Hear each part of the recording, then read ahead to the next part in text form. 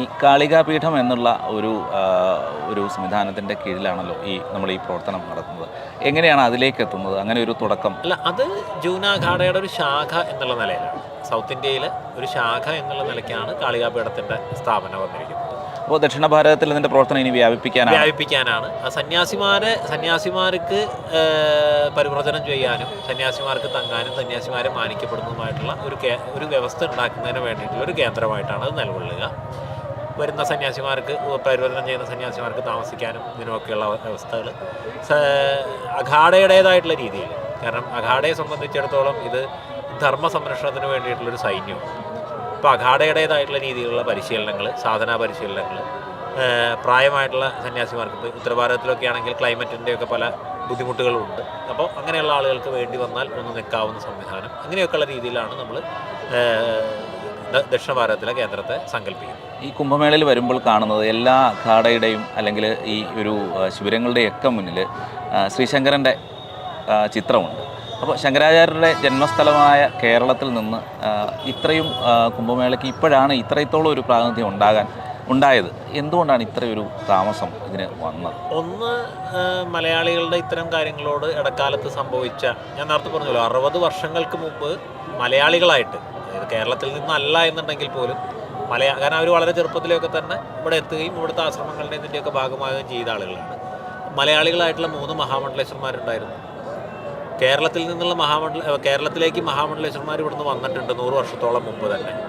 അപ്പോൾ നമ്മൾ അങ്ങനെ ഒരു ബന്ധം ഉണ്ടായിരുന്നിടത്തുനിന്ന് കേരളത്തിൽ വന്ന ആ ധർമ്മത്തിനെതിരായിട്ടുള്ള ഒരു വലിയ പ്രചാരണം വന്നു കഴിഞ്ഞപ്പോഴാണ് ഇതിൽ നിന്നെല്ലാം മലയാളി അകന്നു പോയതെന്നാണ് മനസ്സിലാക്കുന്നത്. അപ്പോൾ കഴിഞ്ഞ തവണ വരെ കുംഭമേളയെ അപഹസിക്കുന്ന ഒരു രീതിയിലുള്ള ഇതായിരുന്നു കൂടുതലായിട്ടും വന്നിരുന്നത്. ഇപ്പോൾ നമ്മൾ കുംഭമേളയെക്കുറിച്ച് പറയാൻ തുടങ്ങുന്നു, ഒരുപാട് പേർ കുംഭമേളയെക്കുറിച്ച് പറയാൻ തുടങ്ങുന്നു. അപ്പോൾ കുംഭമേളയിൽ പങ്കെടുത്ത എല്ലാവരും അവരുടെ അനുഭവങ്ങൾ ഷെയർ ചെയ്യുന്നു. അപ്പോൾ ഇതിൻ്റെ ഒരു കാഴ്ചപ്പാട് തന്നെ കേരളത്തിലേക്ക് വലിയ മാറ്റം വന്നു. അപ്പോൾ പരിശ്രമം നടത്തി കഴിഞ്ഞ് കഴിഞ്ഞാൽ കേരളവും മാറും എന്ന് തന്നെയാണ് നമ്മൾ മനസ്സിലാക്കുന്നത്. ധർമ്മരക്ഷയ്ക്കായുള്ള ഒരു സൈന്യം എന്നുള്ള ഒരു സന്യാസ സംഘടന എന്നുള്ള രീതിയിലും അപ്പോൾ ഈ കേരളത്തെ സംബന്ധിച്ചിടത്തോളം ഏറ്റവും അത്യാവശ്യമായൊരു ഘടകം കൂടെയാണ്. എന്ത് തോന്നുന്നു ഭാവിയിലുള്ള പ്രവർത്തനത്തെ പറ്റി? നമ്മൾ ആദ്യം പറഞ്ഞല്ലോ, അതായത് ഏറ്റവും ആദ്യം ധർമ്മത്തെ മാനിക്കുന്ന, സംസ്കാരത്തെ മാനിക്കുന്ന ഒരു സമാജത്തെ സൃഷ്ടിക്കുക എന്നുള്ളത്. അതിന് നമ്മളെല്ലാവരെയും കോർത്തിണക്കിക്കൊണ്ട്, അത് ഇവിടെ അഖാഡകളൊക്കെ പ്രവർത്തിക്കുന്നതാണ്. അഖാഡ എന്ന് പറയുന്നത് ഇപ്പോൾ നമ്മൾ ജനറലി പറയുന്നത് പോലെ ഒരു ആശ്രമമോ അല്ലെങ്കിൽ ആശ്രമവുമായി ബന്ധപ്പെട്ട സന്യാസിമാരോ എന്നുള്ളതല്ല. പല ആശ്രമങ്ങളുടെ ഒരു കൂട്ടായ്മയാണ്. ഒരുപാട് ആശ്രമങ്ങളുടെ, അഖാഡയിലുള്ള ഓരോ സന്യാസിയെ സംബന്ധിച്ചിടത്തോളം ആ സന്യാസിയുടെ ആശ്രമങ്ങളോ കുടികളോ മറ്റുള്ള കാര്യങ്ങളോ ഉണ്ടാവും. അല്ലെങ്കിൽ അഖാഡയുമായിട്ട് അസോസിയേറ്റ് ചെയ്യുന്ന മറ്റ് ആശ്രമങ്ങളുണ്ട്.